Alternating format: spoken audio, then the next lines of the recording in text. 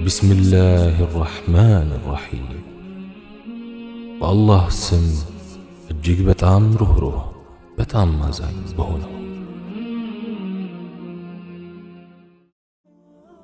بسم الله اللهم لك الحمد كما ينبغي لجلال وجهك وعظيم سلطانك والصلاة والسلام على رسول الله وعلى آله وصحبه ومن والاه السلام عليكم ورحمة الله وبركاته የወሊድ ደም ማለት ወሊድ በመቃረቡ ወይም በመከሰቱ ሰበብ ከማህፀን የሚፈስ ደም ነው።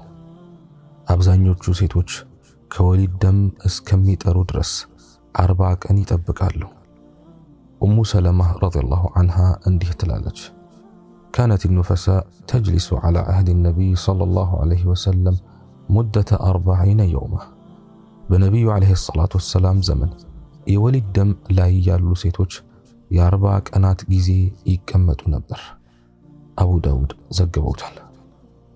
የወሊድ ደም ላይ ያለች ሴት እስከምትጠራ ወይም 40 ቀን እስከሚሞላት ድረስ መስገድና መጾም አይፈቀድላትም፣ ግንኙነትም አይፈጸምም። ከ40 ቀን በፊት ከደሙ ከጠራች ቀጥታ ሶላቷን ትጀምራለች እንጂ 40 እስከሚሞላ አትጠብቅም።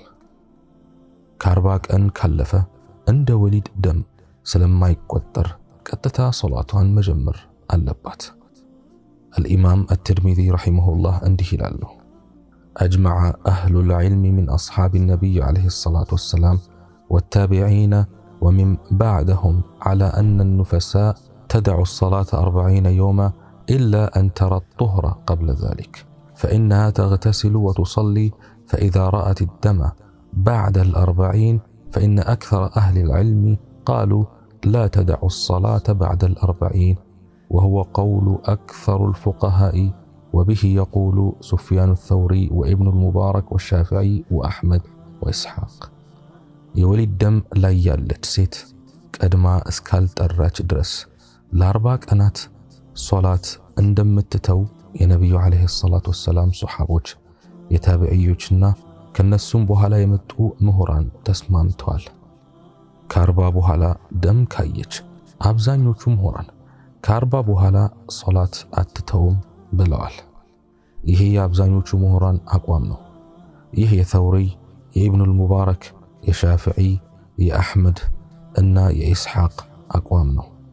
የሳዑዲ ቋሚ የፈትዋ ምክር ቤትም ይህንኑ አቋም መርጧል። በወሊድ ደም ምክንያት ያለፈ ጾም በሌላ ጊዜ በምትኩ የሚጾም ሲሆን ሶላቱ ግን ቀዳ አይወጣም። ከወሊድ ጥቂት ቀደም ብሎ የምጥ ስሜት ከጀመረ በኋላ የሚወጣ ደም እንደ የወሊድ ደም ወይም ኒፋስ ይቆጠራል። የምጥ ስሜት ከሌለ ግን እንደ ኒፋስ ስለማይቆጠር ሶላት ሊተው አይገባም። 4 ወር የሞላው ጽንስ ከወረደ ከወሊድ ደም ይቆጠራል። እንዲሁም ከ4 ወር በፊትም ቢሆን ጽንሱ የሰው ቅርጽ ከያዘ በኋላ ከወረደ ከወሊድ ደም ይቆጠራል። ይህ የሚሆነው ከ81 ቀናት ጀምሮ ነው ይላሉ ዑለማዎች። ከ81 ቀናት ያነሰ እድሜ ያለው ጽንስ ቢወርድ ደሙ እንደ ወሊድ ደም አይቆጠርም። ስለሆነም ሶላት መስገድ ይኖርባታል። በአንዳንድ አካባቢዎች የወሊድ ደም ላይ ያለች ሴት 40 ቀን እስከሚሞላት ድረስ ከቤቷ መውጣት የለባትም የሚል ባህል አለ። ይሄ ማስረጃ የለውም። هذا والله أعلم. جاء أعرابي إلى رسول الله صلى الله عليه وسلم فقال علمني كلاما أقوله. አንድ በደዊ ከመልእክተኛው عليه الصلاة والسلام ዘንድ በመምጣት ዘውትር የምላቸውን ቃላት አስተምሩኝ አላቸው። قال قل لا إله إلا الله እሳቸውም እንዲህ በላሉት፣ ከአላህ ውጭ ሌላ አምላክ የለም። وحده لا شريك له አንድ ነው፣ አጋር የለውም።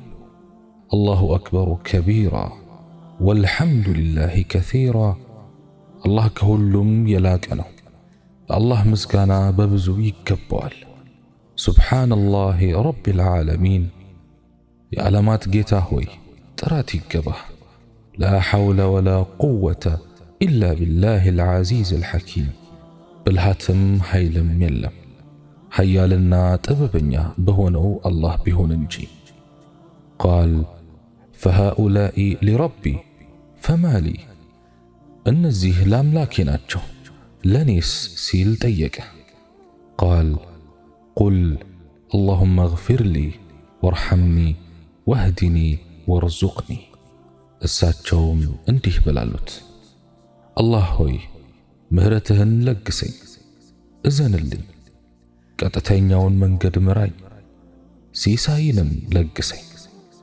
ሙስሊም ዘግበውታል። لا إله إلا الله وحده لا شريك له كالله وجه ليلا أملاك يلم عندنا أجر يلوم. الله أكبر كبيرا الله كهلم يلاكنا. والحمد لله كثيرا الله مسكانا ببزو يكبوال. سبحان الله رب العالمين የዓለማት ጌታ ሆይ ጥራት ይገባህ። لا حول ولا قوة إلا بالله العزيز الحكيم. ብልሃትም ኃይልም የለም ኃያልና ጥበበኛ በሆነው አላህ ቢሆን እንጂ።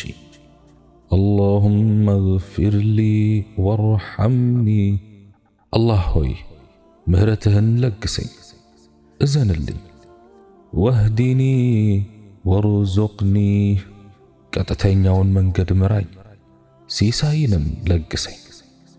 لا إله إلا الله وحده لا شريك له كالله وجه ليلا أملاك يلم عندنا أجر يلوم. الله أكبر كبيرا الله كهلم يلاكنا. والحمد لله كثيرا الله مسكانا ببزو يكبوال. سبحان الله رب العالمين የዓለማት ጌታ ሆይ ጥራት ይገባህ። لا حول ولا قوة إلا بالله العزيز الحكيم. ብልሃትም ኃይልም የለም ኃያልና ጥበበኛ በሆነው አላህ ቢሆን እንጂ። اللهم اغفر لي وارحمني الله ሆይ ምህረትህን ለግሰኝ፣ እዘንልኝ፣ ወህዲኒ ወርዙቅኒ ቀጥተኛውን መንገድ ምራኝ፣ ሲሳይንም ለግሰኝ።